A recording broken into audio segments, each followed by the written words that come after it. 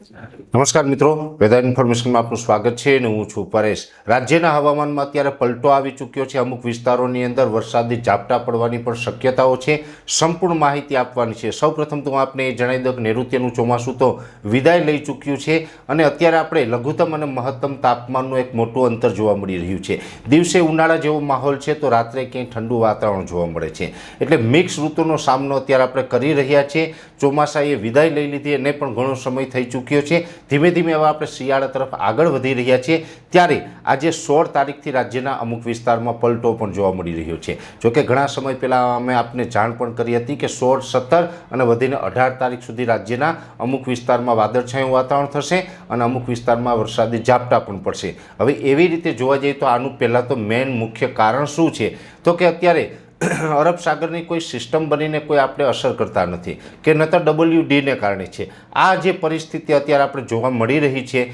જેમાં ખાસ કરીને અત્યારે જે નૈઋત્યનું ચોમાસું છે આપણે ગુજરાત અને મહારાષ્ટ્રના મોટાભાગના વિસ્તારમાંથી વિદાય લીધી છે, પણ દક્ષિણ ભારતની અંદર અત્યારે ઈશાનનું ચોમાસું ચાલુ થઈ ગયું છે અને દક્ષિણ ભારતમાં ઈશાનનું ચોમાસું ચાલુ થયું હોય એની અમુક લેયરો છે, ક્યારેક ક્યારેક દિવાળી ટાઈમે ગુજરાત સુધી પહોંચતી હોય તો એને કારણે ઘણી વખત આવું વરસાદી માહોલ આપણે જોવા મળતો હોય છે। ત્યારે હવે આપણે 2-3 દિવસ કેવું હવામાન રહેવાનું છે અને કેવા ઝાપટા પડવાના છે તે સમજવા જઈએ તો આમ તો અત્યારે ખેડૂત ભાઈઓને જે મોટા ભાગના વિસ્તારોની અંદર જે ખરીફ પાક હતો એનું હાર્વેસ્ટિંગ ચાલી રહ્યું છે અને એમાં પણ જે મુખ્ય પાક છે મગફળીનું અત્યારે હાર્વેસ્ટિંગ ચાલી રહ્યું છે। ત્યારે વરસાદની આગાહી સંભળાય અથવા તો વાદળછાયું વાતાવરણ થાય, સ્વાભાવિક રીતે ખેડૂતની ચિંતામાં વધારો થતો હોય, પણ હું આજે આ વિડીયોના મારફતે દરેક ખેડૂત ભાઈઓને કહેવા માગું છું કે બિલકુલ ચિંતા કરવાની જરૂર નથી। અત્યારે જે આ હવામાનમાં પલટો આવ્યો છે એને કારણે આપણે ખેતી પાકમાં કોઈ નુકસાની થાય તેવી સંભાવનાઓ નથી। એટલે કે આ જે ઈશાનના ચોમાસાની જે અસર છે, જે દક્ષિણ ભારતમાં ઈશાનનું ચોમાસું ચાલુ થયું છે એની અમુક લેયરો છે એ આપણે અસર કરી રહી છે, જેને કારણે આજે લગભગ સૌરાષ્ટ્રના જે દરિયાઈ કાંઠાના ભાગો હોય, ભાવનગરના દરિયાઈ કાંઠાના ભાગો હોય, ત્યાર પછી અમરેલી, જૂનાગઢ અને ગીર સોમનાથ, આ ચારેય જિલ્લાના જે દરિયાકાંઠાના ભાગો છે એમાં વધારે પડતા ઘાટા વાદળ જોવા મળ્યા છે। બીજા વિસ્તારમાં છૂટાછવાયા વાદળ જોવા મળ્યા પણ બીજા વિસ્તારમાં ઓછા છે। એવી રીતે દક્ષિણ ગુજરાતની અંદર સુરત, વલસાડ, ડાંગ, નવસારી, વાપી અને બિલીમોરા જેવા વિસ્તારો છે એમાં પણ વાદળછાયું વાતાવરણ જોવા મળ્યું છે। જોકે ત્યાં હજી કોઈ વરસાદના સમાચાર પ્રાપ્ત થયા નથી, પણ સંભવ છે કે દક્ષિણ ગુજરાતમાં એકલ દોકલ સેન્ટરમાં કદાચ સામાન્ય છાંટછૂટ થઈ હશે।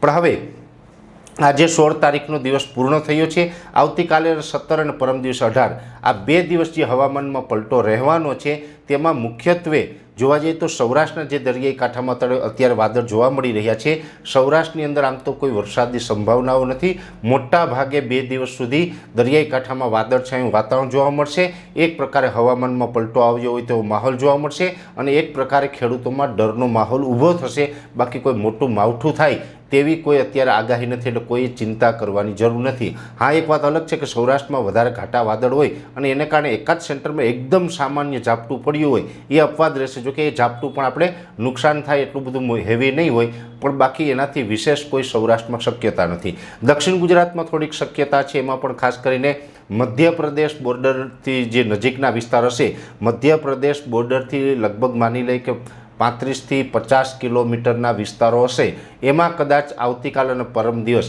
એમ 2 દિવસ સુધી હળવાથી સામાન્ય છાંટછૂટ થઈ શકે, ઝાપટા પડી શકે। જોકે ત્યાં પણ એ ઝાપટા છે હેવી નહીં હોય, એકદમ સામાન્ય હશે, એટલે બહુ નુકસાનકારક સાબિત નહીં થાય। હા, એક વાત અલગ છે કે દક્ષિણ ગુજરાતના અમુક વિસ્તાર એવા છે, રાજપીપળા હોય, હું ગઈકાલે જ રાજપીપળા હતો, એટલે રાજપીપળાની આસપાસના અમુક વિસ્તાર એવા છે કે ત્યાં એક ઝાપટું પડે તો પણ ખેતરો સુકાતા નથી, ત્યાંના ખેડૂતોની એવી ફરિયાદ છે।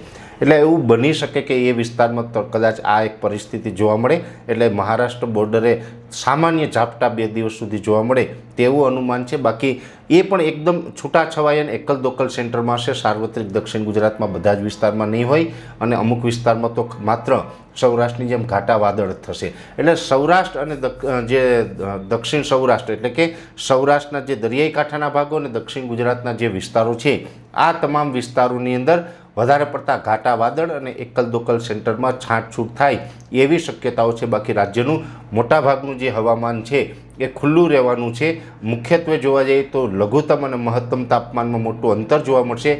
દિવસે ઉનાળો અને રાત્રે થોડુંક ઠંડુ નોર્મલ હવામાન હોય એ જ પ્રકારની પરિસ્થિતિ જોવા મળશે. એટલે આ પ્રકારનું હવામાન છે આવનારા 2 દિવસ સુધી રહેવાનું છે. ઘણા બધા સોશિયલ મીડિયાથી ઘણી બધી અફવાઓ તમારા સુધી પહોંચતી હશે.